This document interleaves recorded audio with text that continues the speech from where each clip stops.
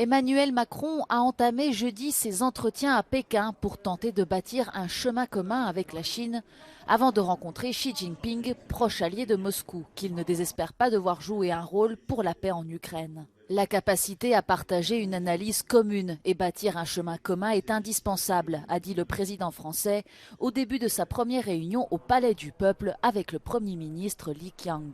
Il devrait également avoir un tête-à-tête dans l'après-midi avec son homologue chinois avant d'être rejoint par la présidente de la Commission européenne Ursula von der Leyen dans une réunion à trois où ils entendent porter la voix de l'Europe sur le conflit en Ukraine.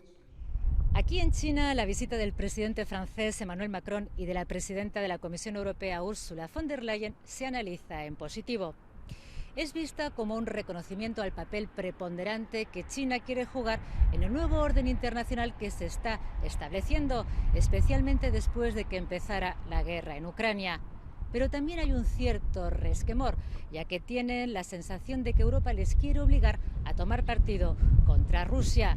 Y para Pekín es importante mantener no solo la neutralidad, también la amistad con Rusia. El primer ministro chino ha pedido reconocimiento mutuo. En cuanto a Europa, el objetivo es evitar que China envíe armas letales a Rusia. Y la presidenta de la Comisión Europea ha dicho que es importante poder hablar sobre todos los temas en este contexto internacional tan volátil y también ante unas relaciones entre la Unión Europea y China que son cada vez más complejas. Ana Lázaro, Euronews, Pekín. Taïwan est sur la défensive alors que la Chine a envoyé des navires de guerre ce jeudi dans les eaux entourant l'île. Pékin a en effet promis une réponse ferme à l'entretien entre la présidente de Taïwan et le président de la Chambre américaine des représentants.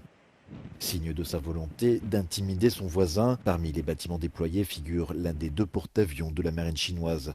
Pékin a condamné la rencontre qui a eu lieu en Californie entre Kevin McCarthy et la chef d'État pro-indépendance Tsai Ing-wen. Aux États-Unis, elle qui était en transit après une tournée en Amérique latine, a salué le soutien indéfectible des États-Unis et assuré que les Taïwanais n'étaient ni isolés ni seuls. Pékin considère Taïwan comme son territoire national et s'oppose à tout contact officiel entre Taipei et d'autres pays.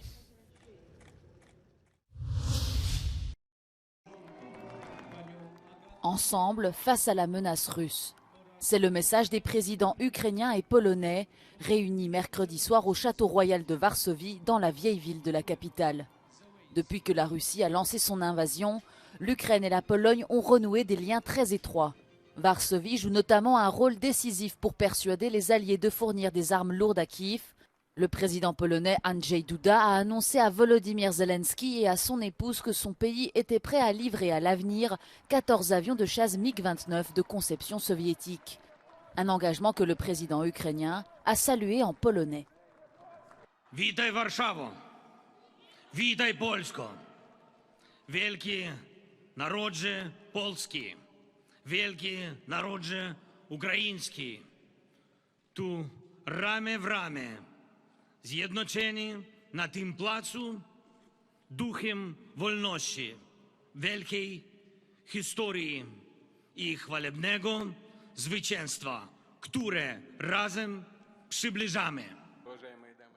À Moscou, Vladimir Poutine a accepté les lettres de créance diplomatique de 17 nouveaux ambassadeurs en Russie. Parmi eux, la nouvelle émissaire américaine Lynn Tracy. Au cours de la cérémonie, le dirigeant russe a reconnu que les relations américano-russes étaient en crise profonde. Plus tard, Poutine a présidé le Conseil de sécurité russe au cours duquel il a affirmé que des membres des services de sécurité occidentaux aidaient l'Ukraine à commettre des attaques terroristes en Russie. Plus de 500 enfants tués en Ukraine et 1 millier d'entre eux blessés depuis l'invasion russe commencée il y a plus d'un an.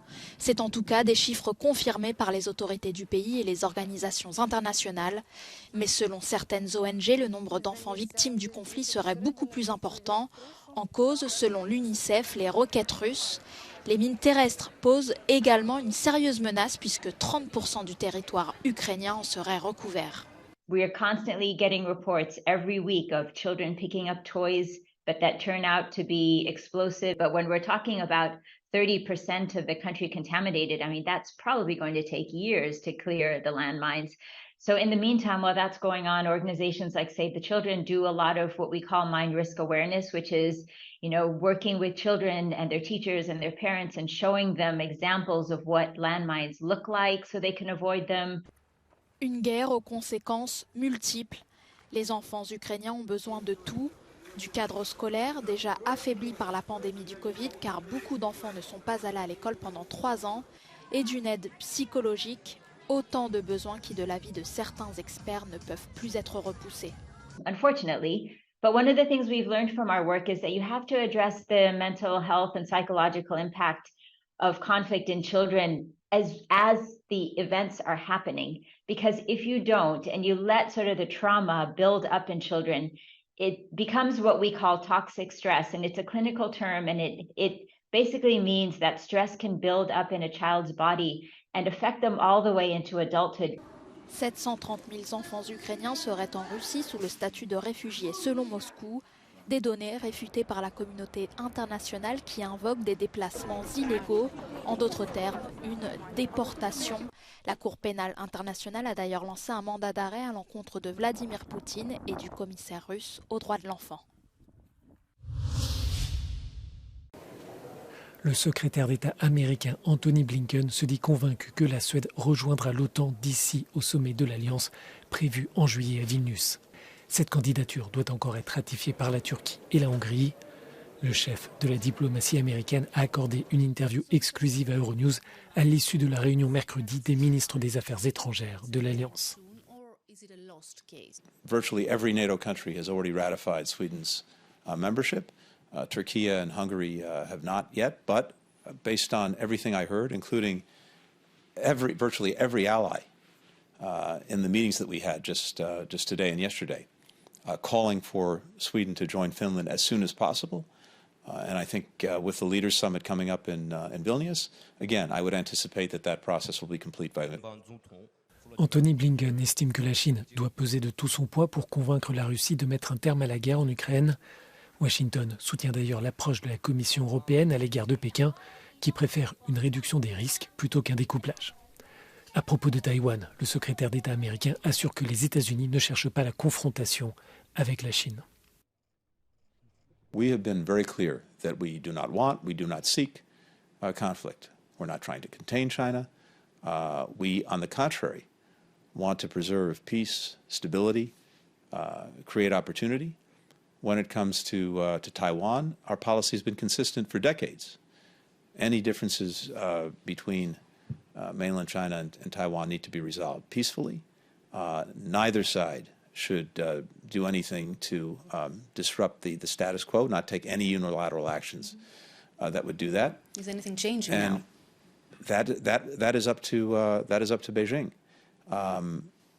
From our perspective, and I think the perspective, and I heard this in conversations with many of our NATO allies as well as partners in Asia, there is concern that were there to be a crisis as a result of China's actions over Taiwan, that would have repercussions for quite literally every country on Earth.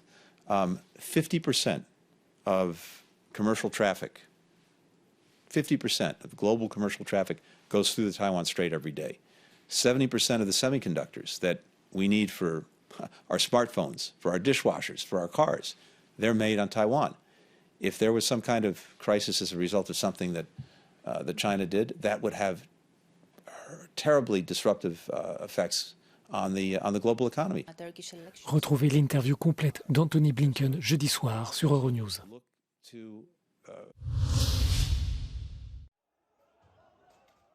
Nouvelle nuit de violence à Jérusalem lorsque des jeunes Palestiniens ont tenté de se barricader à l'intérieur de la mosquée Al-Aqsa mercredi soir. La police israélienne a fait usage de la force pour les expulser. Selon le Croissant Rouge palestinien, au moins 6 personnes ont été blessées lors de ces violences et de nouveaux tirs de roquettes du Hamas ont eu lieu depuis la bande de Gaza. 24 heures plus tôt, des images de la police israélienne prenant d'assaut la mosquée, frappant et expulsant 350 fidèles avaient suscité l'indignation de la communauté internationale. Selon la version israélienne, les policiers auraient tenté de rétablir l'ordre après que des agitateurs leur aient jeté des pierres. Les pays membres de la Ligue arabe se sont réunis ce mercredi en urgence au Caire, alors que le chef de l'ONU, Antonio Guterres, a réagi en se disant choqué et consterné. Quant à la Maison-Blanche, elle a lancé un appel à l'apaisement, mais c'était avant cette nouvelle nuit de violence. En mai 2021, après des heures sur l'esplanade et ailleurs à Jérusalem-Est, le Hamas avait tiré des roquettes sur Israël, entraînant une guerre de 11 jours. Une nouvelle flambée de violence est observée dans la région depuis l'investiture fin décembre d'un des gouvernements les plus à droite de l'histoire d'Israël.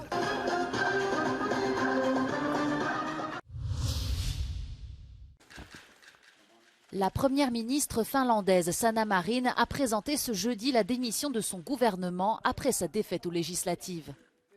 Cette décision ouvre la voie à un gouvernement par intérim du parti de centre-gauche jusqu'à la formation d'une nouvelle coalition des deux grands vainqueurs des élections, le parti de centre-droit et les nationalistes, qui devraient prendre le relais d'ici quelques semaines.